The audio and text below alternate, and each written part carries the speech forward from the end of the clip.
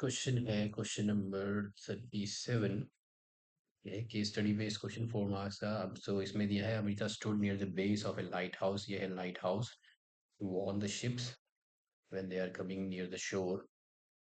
So she measured the angle of elevation to the top and found out to be 60 degree. तो इसने major किया top के साथ और वो एंगल था 60 degree. Then she climbed nearby observation. तो ये ऑब्जर्वेशन डेक पे क्लाइम करेगी 40 meter higher than her original position, यहाँ से 40 मीटर ऊपर।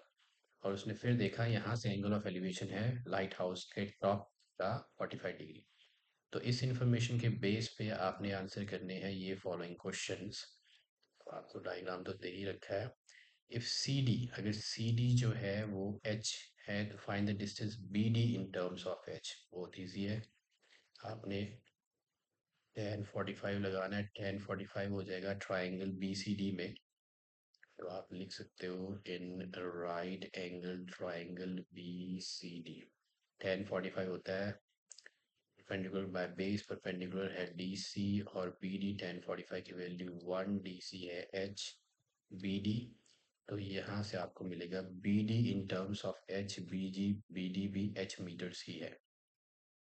लेकिन now find distance B C. अब आपको निकालना है B C in terms of H.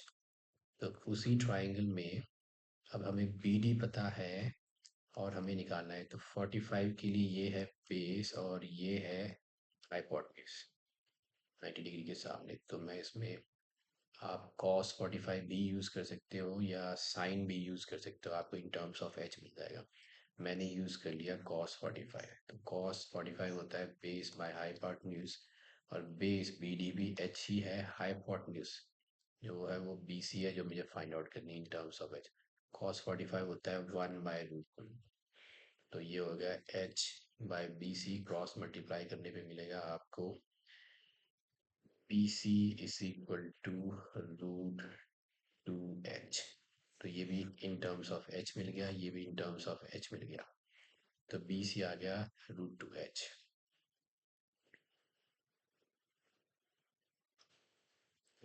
Okay, next है find the height C of the light house. अब आपको निकालनी है C E of the light house.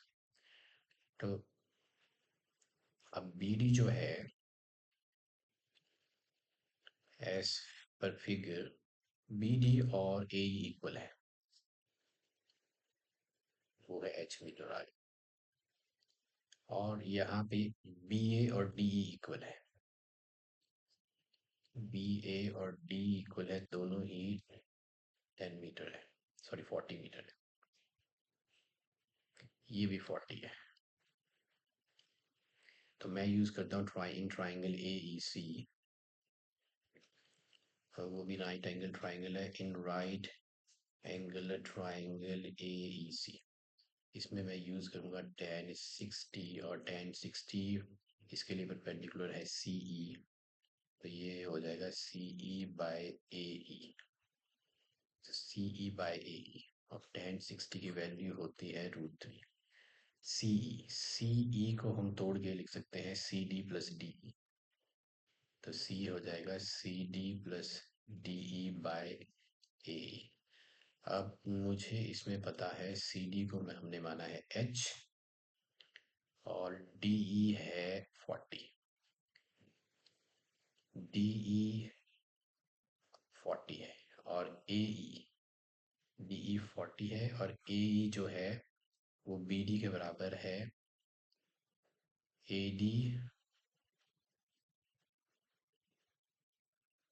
A E, A E B D के बराबर है और बी डी भी एच ही है। तो इसे लिख लेते हैं एच। अब इनको क्रॉस मल्टीप्लाई किया तो आपको मिलेगा √3h is equal to H plus 40। तो ये आ जाएगा √3h minus H is equal to 40। इसमें ले लिया मैंने H common, √3 minus 1 is equal to 40। और एच हो जाएगा 40 अपॉन √3 माइनस 1 इंटू √3 प्लस 1। ये मैंने रैशनलाइज भी कर दिया। तो ये हो जाएगा 40 इंटू √3 प्लस 1, और ये हमेशा रहेगा ए स्क्वायर माइनस बी स्क्वायर, ए माइनस बी और ए प्लस बी की फॉर्म हमेशा। तो ये आ जाएगा 40 × √3 + 1, 3 - 1 हो गया 2, तो ये हो गया 20। अब क्वेश्चन में दिया है √3 की वैल्यू दे रखी है, √3 यूज करना है 1.7, तो ये हो गया 1.73 + 1, तो 20 × 2.73। अब 20 × 2.73 आप कर लो।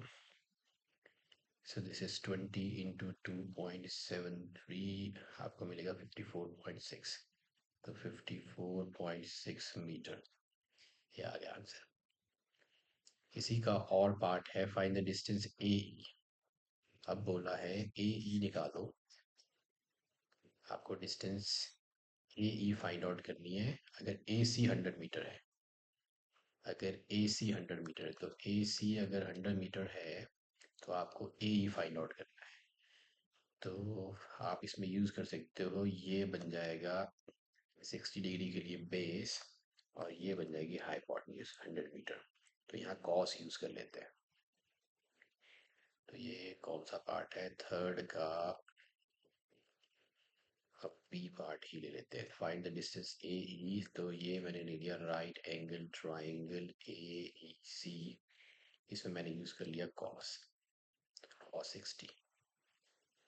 तो कॉस 60, कॉस होता है बेस बाय हाइपोटेन्यूज, कॉस 60 होता है हाफ, बेस है ए ई जो आपको फाइंड आउट करना है, हाइपोटेन्यूज है ए सी जो 100 मीटर दे रखी है।